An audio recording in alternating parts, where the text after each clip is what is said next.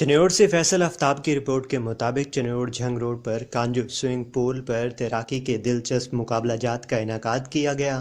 ان مقابلہ جات کو breast stroke, free style, side stroke, غوطہ خوری اور ہاتھ پاؤں باندھ کر تیراکی کے مختلف کیٹیگری میں تقسیم کیا گیا، جن میں 10 سال کی عمر کے بچوں اور بڑوں سمیت 50 افراد نے حصہ لیا۔ ان مقابلہ جات سے لطف اندوز ہونے کے لیے شہریوں کی کثیر تعداد بھی امڑ آئی۔ بچوں کے مقابلہ جات میں امیر علی نے پہلی پوزیشن، عبداللہ نے دوسری جبکہ محمد عمر نے تیسری پوزیشن حاصل کی، جبکہ بڑوں کے مقابلہ جات میں محمد ارسلان نے پہلی، محمد امتیاز نے دوسری جبکہ عبداللہ نے تیسری پوزیشن حاصل کی۔